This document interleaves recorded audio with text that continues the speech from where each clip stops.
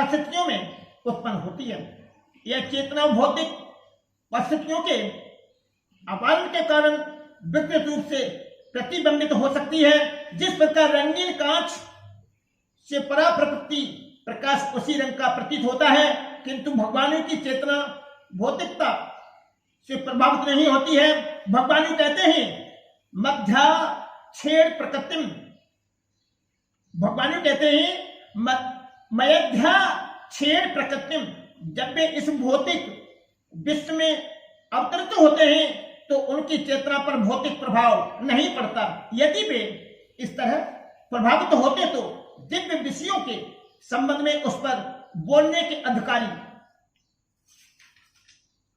न होते, जैसा कि भगवत गीता में बोलते हैं। भौतिक कलवश ग्रस्त चेतना से मुक्त हुए बिना कोई दिव्य जगत के विषय में कुछ नहीं कह सकता।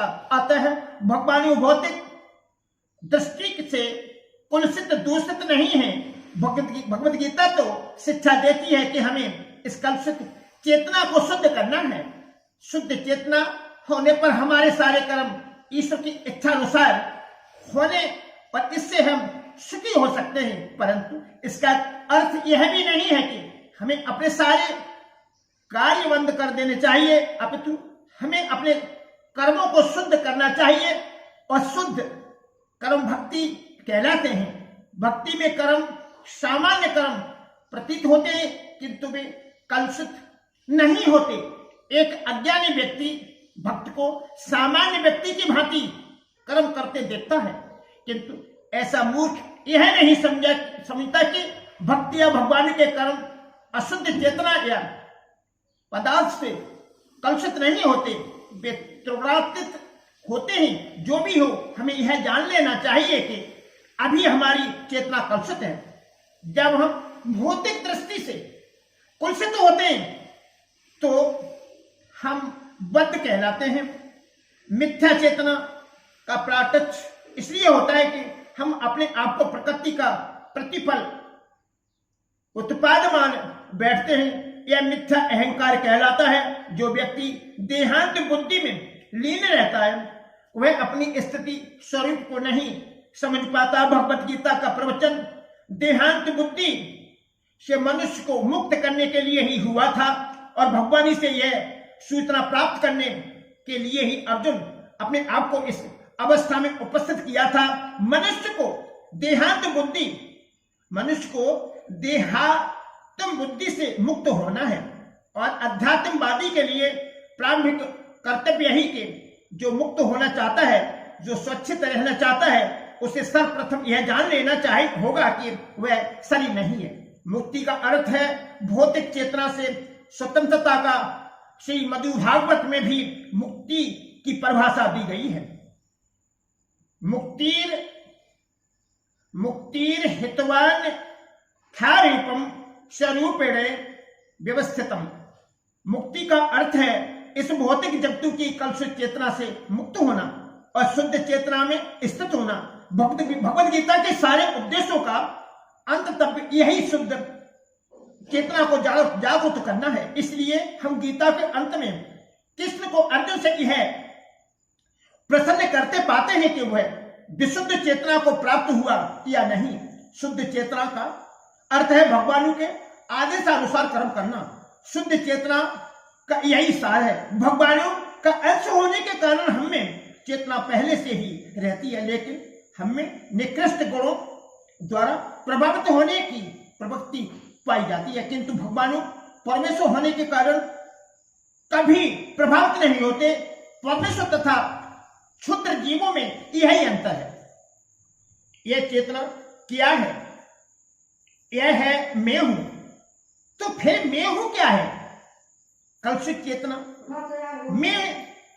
मैं हूं का अर्थ है कि मैं सर्वसर्वा हूं, मैं ही भोगता हूं, यह संसार चलायमान हूं।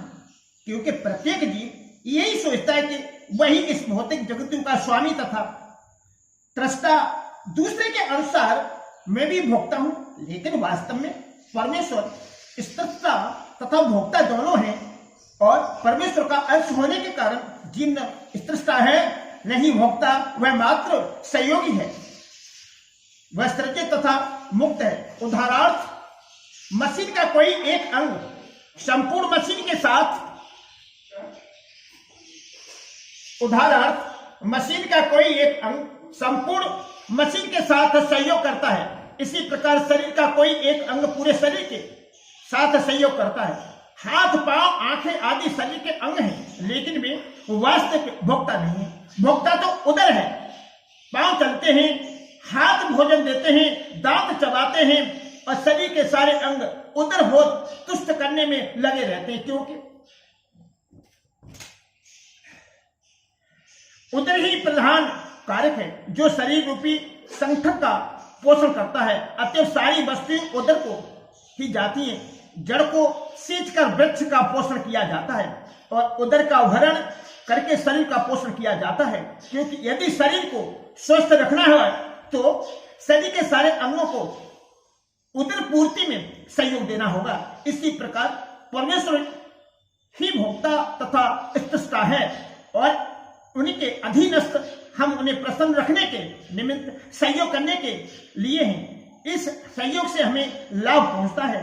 ठीक वैसे ही जैसे उदर द्वारा ग्रहित भोजन से शरीर के सारे अंगों को लाभ पहुंचता है। यदि हाथ की अंगुलियां यह सोचें कि वे उदर को भोजन न देकर सुबह ग्रहण कर लें तो उन्हें निराश होना पड़ेगा।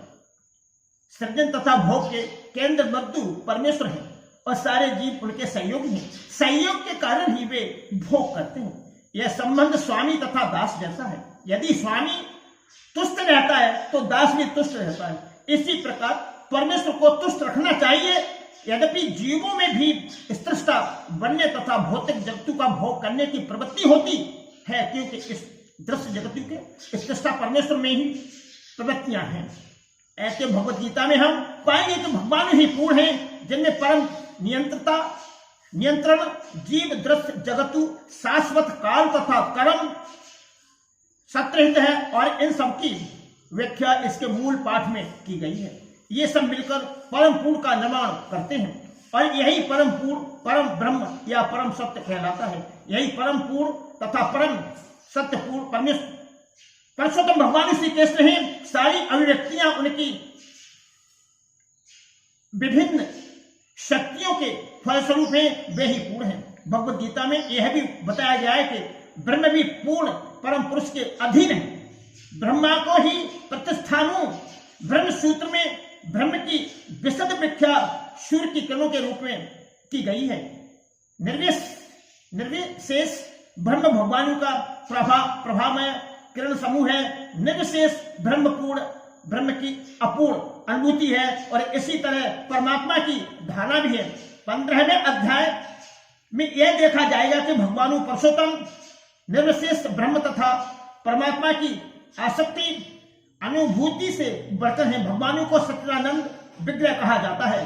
ब्रह्म संहिता का शुभारंभ इस प्रकार से होता है। ईश्वरम परम कृष्णम सच्चिदानंदम विग्रहम अनादि राधि गोविंदम सर्व कारणम गोविंद या कृष्ण सभी कारणों के कारण हैं। वे ही आदि कारण हैं और सतु चितु तथा आनंद के रूप हैं। निर्विशेष ब्रह्म उनके सतु शाश्वत स्वरूप की अनुभूति है। परमात्मा सतु चित